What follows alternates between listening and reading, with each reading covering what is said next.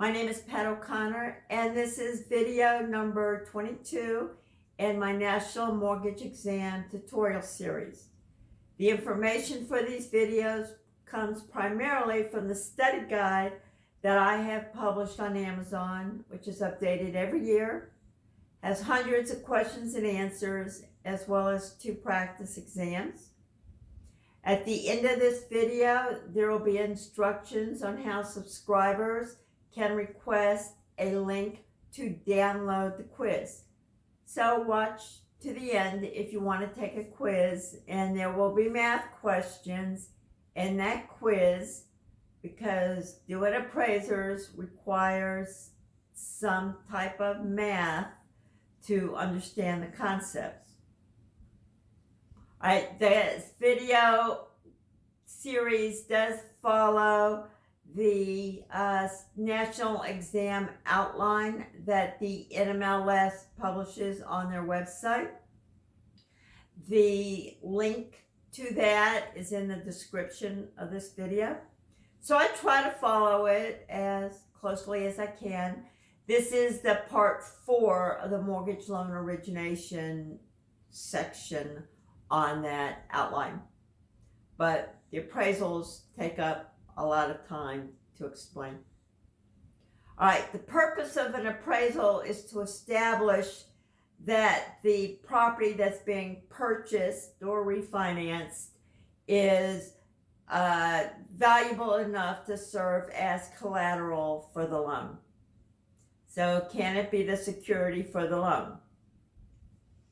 And some concepts and descriptions that you need to know are the principle of substitution is the basis for the 3 different approaches to appraising. Principle of substitution says that someone is not going to pay more for one property than they would for another one that's of equal value, considering neighborhoods and everything else. So we're trying to find fair market value, right? What someone would pay for the property, what it's worth, based on, other properties. Okay. Comparables. We use comparables in a sales comparison approach that we'll talk about in a minute. And comparables are properties that are similar in features, style, neighborhood, recently closed, sometimes within the last 3 months if it's a red hot market. It's a really stagnant market, maybe they can use year-old closings. Typically for an exam, say 6 months as a cutoff for comparables. The subject property is a property that's actually being appraised. A small residential value income appraisal is for the residential multifamilies. Residential multifamilies are 2 to 4 units, all right? And that would be your small residential income. Appreciation is when property values go up. Depreciation is when property values go down. And there are 3 types of depreciation that we'll describe in a little while. Okay, 3 approaches to appraising. There's a sales comparison approach that's also called a market approach. There's a cost approach, and there's an income approach. So let's talk about the sales comparison approach, also called market data. An appraiser uses at least 3 comparable recently closed sales to try to determine the value of the subject property, the property being appraised. Comparables probably do not look exactly like the subject, unless you're in some new home thing where you have, different floor plans and all the comparables have the same floor plans. Then they may in fact be identical. But that's not often the case. Most of the time, the comparables will either have, better features, or one of the features that the subject has will be missing. Maybe the subject has a pool and the comparable doesn't. Okay to use that because you may not be able to match them exactly.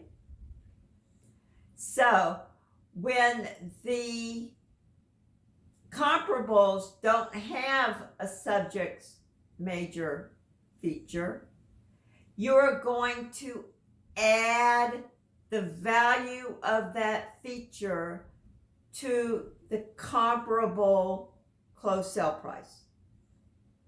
You as a student trying to answer these for the exam, okay, you are going to try and say, what would the comparable be worth if it looked more like the subject? So if the subject has a pool, a fireplace, a garage is larger, then you are going to add the value of that to the closed sale of that particular comparable to bring it up to the level of the subject. If the comparable has the features that the subject property doesn't, you're going to have to decrease the value of the comparable, the value of that feature from the comparable. If the comparable is better on a particular feature, then you have to subtract the value of that feature to bring it down to what the subject value should be. So that gives you the upward and the downward adjustments, give you the adjusted sale price for each comparable property. So that should be fairly clear. They have 3 recently closed sales. They're going to adjust the comparables. You never adjust the subject. You adjust the comparables so that they reflect more of the subject's characteristics. So you have the adjusted sale price for the 3 recently closed sales. And now the part that may be the hardest to explain is that the appraiser now has to give these a weight based on 100%. So this one is 50% like the subject. This one is 30% like the subject. This one is 20%. So it's very subjective. You have 3 comparables, though those 3 percentages have to add up to 100%. Then you multiply for each comparable. You multiply the adjusted closing price times the weight. So adjusted closing price times 0.5 for the 50% would equal something. And then the adjusted price times 30% would equal something. And then the adjusted price times a 20% would equal something. Then you add up that final column of the calculated values for the property now based on their weighted rank. Get the average, and that is the value for the subject according to the sales comparison approach. So why would one be ranked higher than another? Maybe one is located next door and the other one is 3 blocks away, next to a railroad. Okay. I think that's one of the examples in one of my real estate books when they talk about this. And so then he would have to adjust for neighborhood, and it's very subjective. And that's why different appraisers can come up with different values, even if they use the same comparables, because they have to weigh these differently. But it all has to add up to 100%. Okay, so this is best suited for the residential, non-rental, non-new construction homes. Cost approach. The cost to replace or reproduce as if new for a property. So the formula for the cost approach is the replacement or reproduction costs minus the depreciation, right? You're going to have to, there's formulas that you don't have to know based on the year or the comparable. You have to, how much is the depreciation for those years? Don't worry about that. Just know that you have to, you're doing a formula now to make it new construction. So your comparable, what does it cost to replace this? What does it cost to make it as new? So subtract depreciation. And now if this is going to be on land, right? You have to add the site value. Okay, so what is the land worth? Is there a garage structure on the land? So all of that would give you the value of the subject. Now, what you have to know is there are 3 types of depreciation. I mentioned this at the beginning of the video. Great quiz questions. Physical depreciation, shingles on the roof are curling, tiles are missing off the roof, paint is peeling, wood is rotten, right? All that is physical depreciation. You have functional depreciation where it's not in style anymore. People don't want that kind of house. 1-bathroom homes are not popular anymore. So that would be an example of functional depreciation. Economic depreciation is when the neighborhood's gone downhill. Maybe increasing crime. Maybe it wasn't zoned and commercial vendors have come in and set up stores. Maybe there's a gas station on the corner and that makes it more commercial. There are warehouses now across the street where there used to be a meadow. Okay, all of those kind of things are out of the control of the property owner. But that would be economic depreciation. The value, the neighborhoods aren't worth enough, as much, because of external factors. All right, the third approach is the income approach. And as the name implies, this is probably the best for income producing properties. So we have, first approach is called the IRV approach, IRV, where I stands for net operating income. Net operating income, or NOI, is the cash flow that the property generates after the building expenses and taxes are subtracted from the income. What's left is the net operating income before the mortgage and the reserves are funded. So that's NOI. And that's the I part of IRV. The R part is the cap rate. This is the return on the investment, either market value return or what an an investor actually wants to get out of the property. You want 3% on your investment, you want 10% on your investment. It's up to the investor. Value of the property. What is it worth? Purchase price, listed sale price, appraisal value, although generally we're not talking about appraisal value here because the list price may or may not be the appraisal value. So either what the investor wants to offer or what it's listed for when we're really talking about the basic day-to-day real estate operations.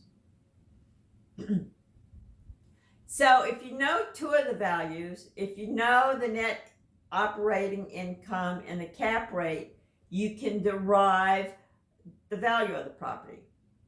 If you know cap rate and value of the property, you can derive NOI.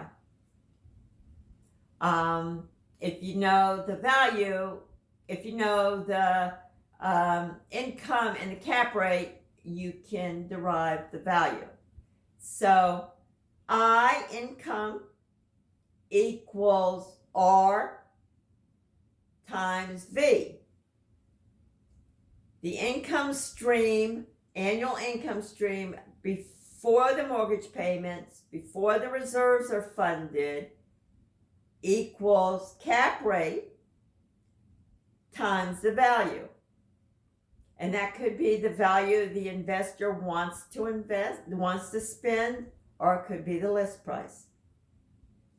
V, the value, equals NOI divided by cap rate.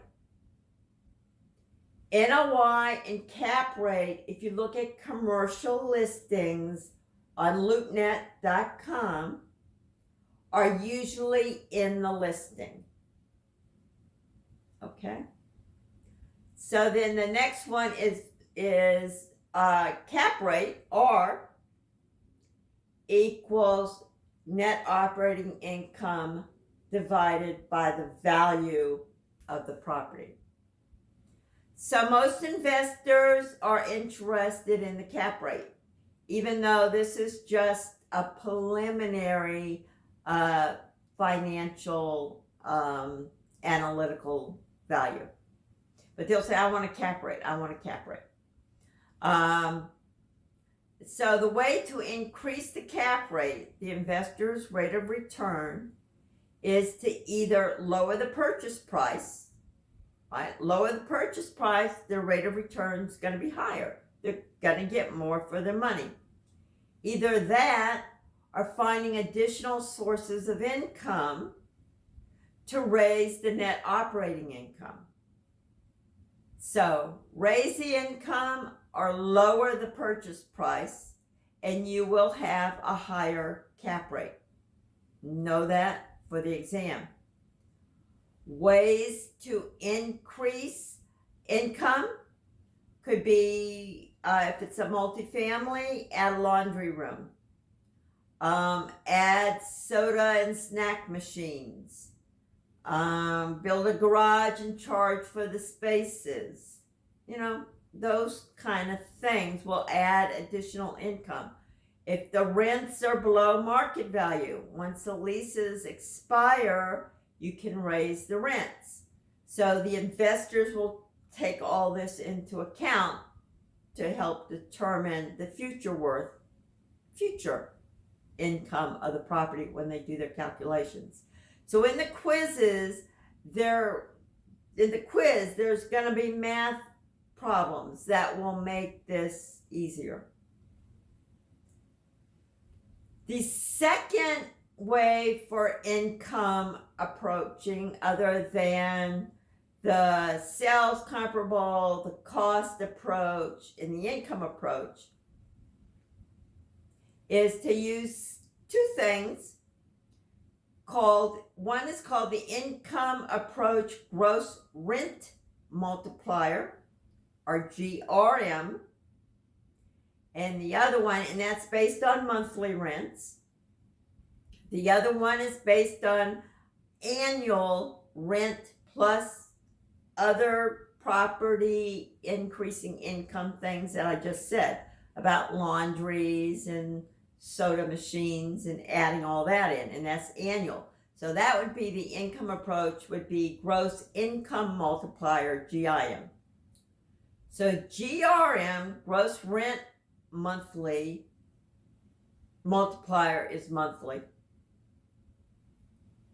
So what you do is you take the market value determined by the sales comparison approach, divide that by the monthly rent, and you get what's known as a neighborhood, GRM.